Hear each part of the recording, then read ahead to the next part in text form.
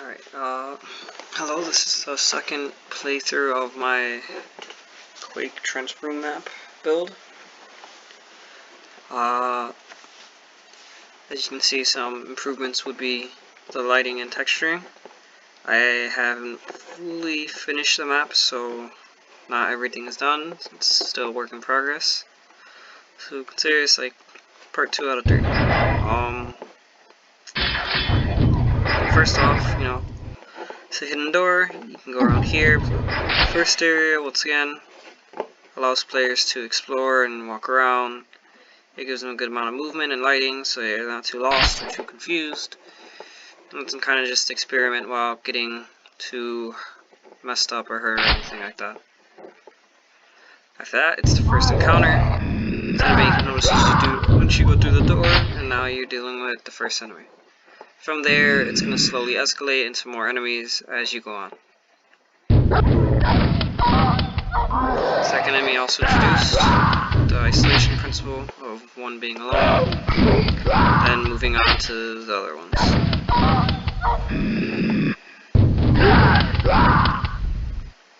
Oh, another little cool thing is hidden rooms like this will be locked, shown in red. You can't go through these doors, or even just the room in general. And sometimes buttons like this, where you'd think it would go for the next big door, which it does. It allows you to see through it, which I allowed through this little area. And also opens this door. So now you have a hidden path. If you decide to recheck the area, then it opens up for you. Now going back, you can either shoot up here, or jump down immediately. Kill the enemies once you pass there. Some more enemies pop out. And then there's the new enemy center in the middle of the map to show off that, he's there. From here, there's 4 doors. The green blinking one to kind of draw the player in with the light.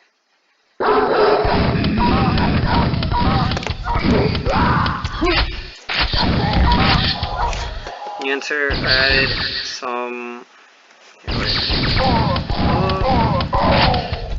When you enter, added some escalation so players can, jump around and have some movement, so you're not just confined to a small box. Also added little power-ups and pickups so players would be drawn into coming in here. And there's different levels of the verticality which can be traversed different ways. My enemy would have been hidden here if it hadn't seen me, and then that would have virtually allowed me another hidden enemy to appear. It says this one, since you're no longer able to see the door, says the door is opened, allowing a player to know that the button did something. From here you can see that this door is now green, and unlike before. And then you go through here. The intention of this room was supposed to have a trap, and I still gotta work on fixing that trap to work. But that would be the intention of that room. And here would be in our room.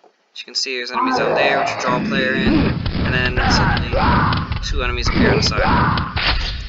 This gives a little bit of a surprise for the player.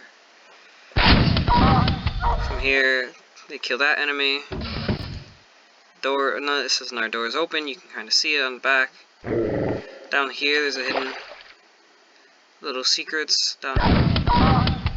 Sights the dog. And then you can see there's some health if you're damaged. And then coming back around this way, there's a piece of armor. So players can get a little bit better armor if they decide to look around more. And the little levels of thing just help a little bit towards movement and exploration. From here, you go to the 4th door, which is now open, all of them being green. And you go through this area, which presents all the recent challenges all at once.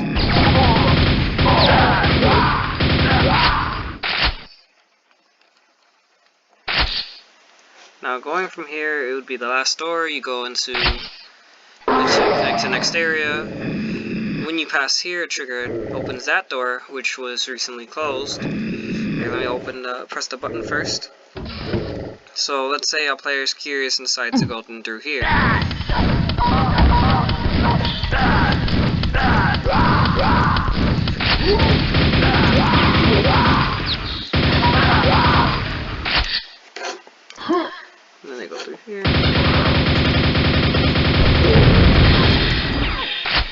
see a new entry was introduced earlier, and this would have been a side optional room that players can go into.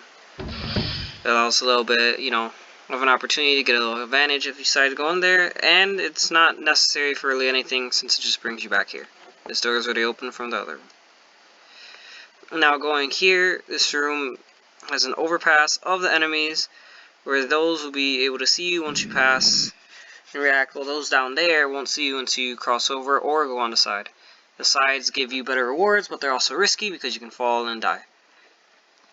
So, for example, the ones on the bottom now notice me, but I get some armor and ammo in a bit in exchange. I also get to pop across the bridge fit quicker, which wouldn't have been possible before. Over here, if you look back, what you might be doing if you go down that way, you can find some health for pickup as well. And then you just continue on.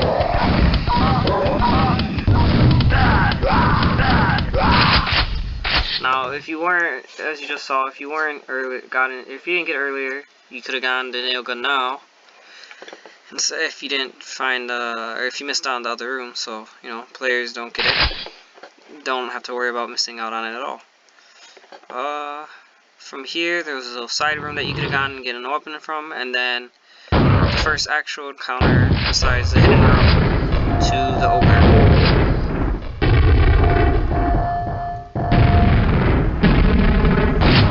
This room creates a bit of a choke point and an advantage to the ogres since they are on top, but also keeps a lot of cover for the player to move around, as well as ways for him to get up to even out a bit. After killing the 3 ogres, there's a hidden section over here,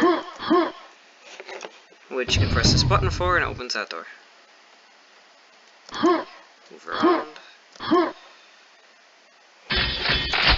Gives the player more ammo and armor. From there, this is another part I have to work out, but when I get the intended purpose, it will be you press 1, 2, 3, and 4, and that will open all the doors. And from here, there's 2 enemies that aren't noticing. You walk through, like they notice, and causes you have to fight them. From there, you trigger the dogs who are down the hallway, as well as the grunts who are there. Walking past here, you trigger 2 hidden ogres, which you will fight based off how you want to. Now from here, it cuts off to where I am currently finished at the level until I create the last 2 sections, which would be in the final one.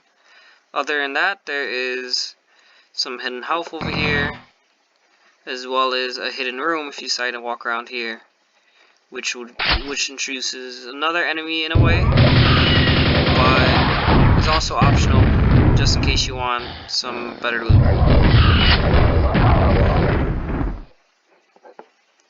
So going this way, there's the red power armor, which go to the center, right in the middle, so players can see.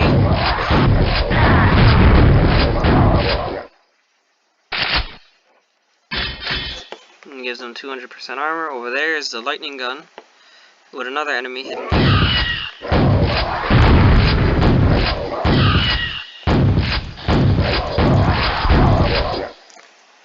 The player still has cover, so they're not too hurt after fighting him.